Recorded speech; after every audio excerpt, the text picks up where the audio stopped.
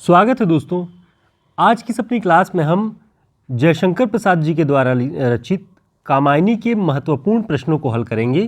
कामायनी के श्रद्धा सर्ग, लज्जा और आशा, इन तीनों से जुड़े हुए जो प्रश्न बन सकते हैं हम अपनी सभी कक्षाओं में पूरे करेंगे उन्हें और देखेंगे कि कौन से पॉइंट्स बहुत महत्वपूर्ण हैं।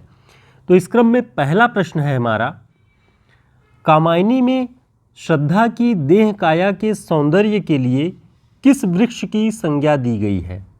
ऑप्शन देवदारू का वृक्ष, शिशुसाल का वृक्ष, कल्पतरु, अशोक का वृक्ष। तो इसका सही उत्तर क्या होगा? इसका सही उत्तर है शिशुसाल का वृक्ष। कामायनी के श्रद्धा सर्ग में श्रद्धा के सौंदर्य के लिए शिशुसाल के वृक्ष की संज्ञा जयशंकर प्रसाद जी ने दी है।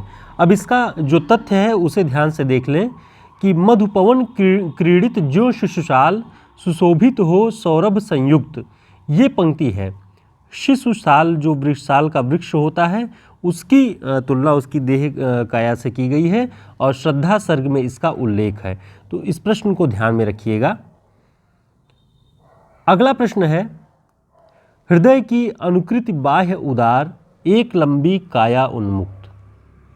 हृदय की अनुकृति बाह्य उदार एक लंबी काया उन्मुक्त, कामायनी में यह पंक्ति किसके सौंदर्य का वर्णन करती है?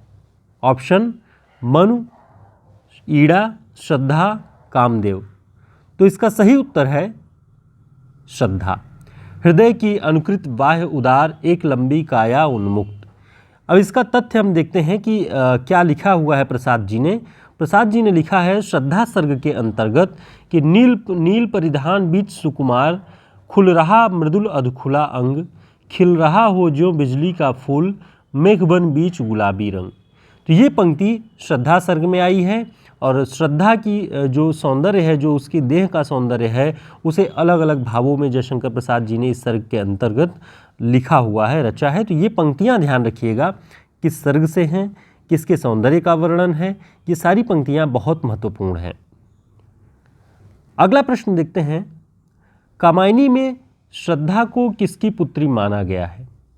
ऑप्शन ब्रह्मा की, शिव की, कामदेव की, शक्ति की। तो इसका सही उत्तर क्या होगा? इसका सही उत्तर है कामदेव की। कामबाला कहा गया है कामायनी में श्रद्धा को। तो इसे ध्यान रखेंगे, बहुत इंपॉर्टेंट प्रश्न है ये।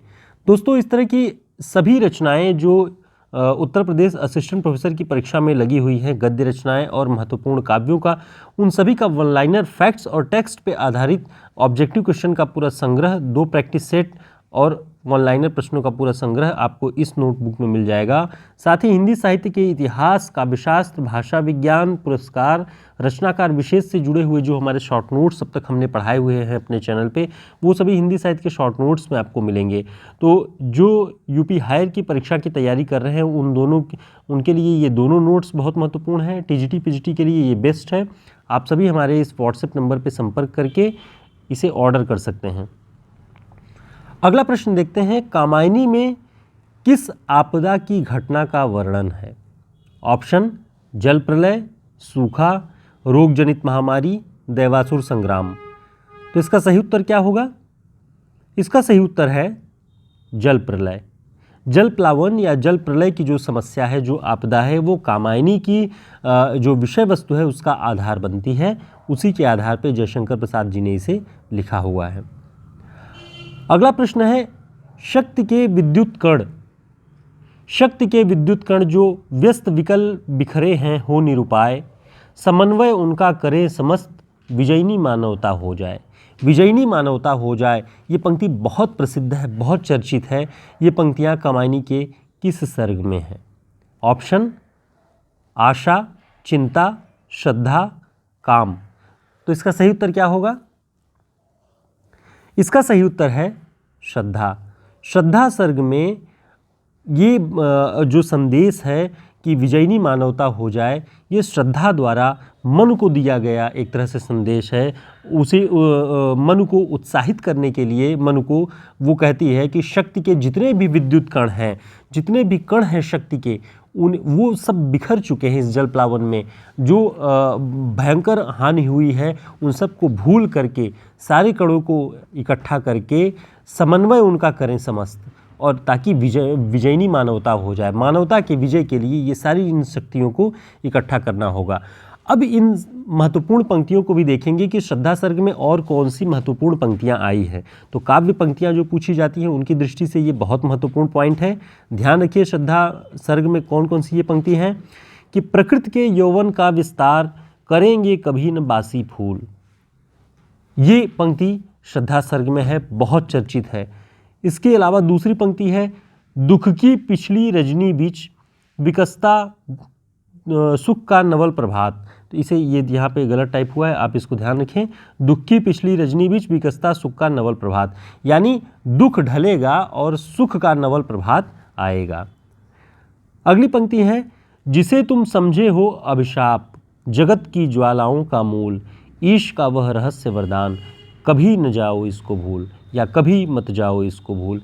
ये बात श्रद्धा मनुष्य कहती है श्रद्धा सर्ग के अंतर्गत कि जिसे तुम अभिशाप समझ रहे हो ये जगत की ज्वालाओं का मूल है और इसे ईश्वर का रहस्य वरदान मानो, इसे भूलो मत, उसके दिए हुए उसके जो विधान है उसको भूलो मत। शैल निर्झर न बना हतभाग्य, गल नहीं सका जो कि हिमखंड। तो ये कुछ कुछ पंक्तियाँ जो मनु के द्वारा कही गई हैं, जो हताशा के दौर में कही गई हैं, वो दिखाई पड़ती हैं। लेकिन जहाँ पे उत्साह देने के लिए श्रद्धा जो पंक्तियाँ कहती है वो पंक्तियाँ बहुत महत्वपूर्ण हैं, इन्हें ध्यान रखिएगा। जो answer writing Haryana assistant professor की परीक्षा में भी जो कुछ करना है उन सब में भी ये पंक्तियाँ बहुत महत्वपूर्ण हैं, ध्यान रखें जो लोग तैयारी कर रहे हैं। अगला प्रश्न है, कर्म का भोग भोग का कर्म यही जड़ चेतन का आनंद। कर्म का भोग भोग का कर्म यही जड़ चेतन का आनंद, कामायनी में यह संदेश कौन देता है? ऑप्शन, मनु श्रद्धा को, श्रद्धा ईड़ा को, श्रद्धा मनु को, या मनु ईड़ा को। तो इसका सही उत्तर क्या है? इसका सही उत्तर है श्रद्धा मनु को। श्रद्धा मनु को ये संदेश देती है कि कर्म का भोग और भोग का कर्म यही जड़ और चेतन का आनंद है, इसे भूलो मत। यानी एक तरह से त्याग की ओर अग्रसर होता हुआ मनु हताश है। समस्त जो भी आनंद है, जो जगत का आनंद, उस जल प्लावन की आपदा के बाद वो त्याग की ओर आगे बढ़ता जाता है और त्याग के उस सिद्धांत का खंडन करती है श्रद्धा। तो इसे ध्यान रखिएगा। और उसी खंडन के बाद वो कहती है कि कर्म का भोग, न कर्म से विरत हो सकते हैं आप, न जीवन के भोग से, या जो भी इस सृष्टि का जो भोग का विधान है उससे। दोनों के सामंजस्य पर ही, ये दोनों विरुद्ध हैं।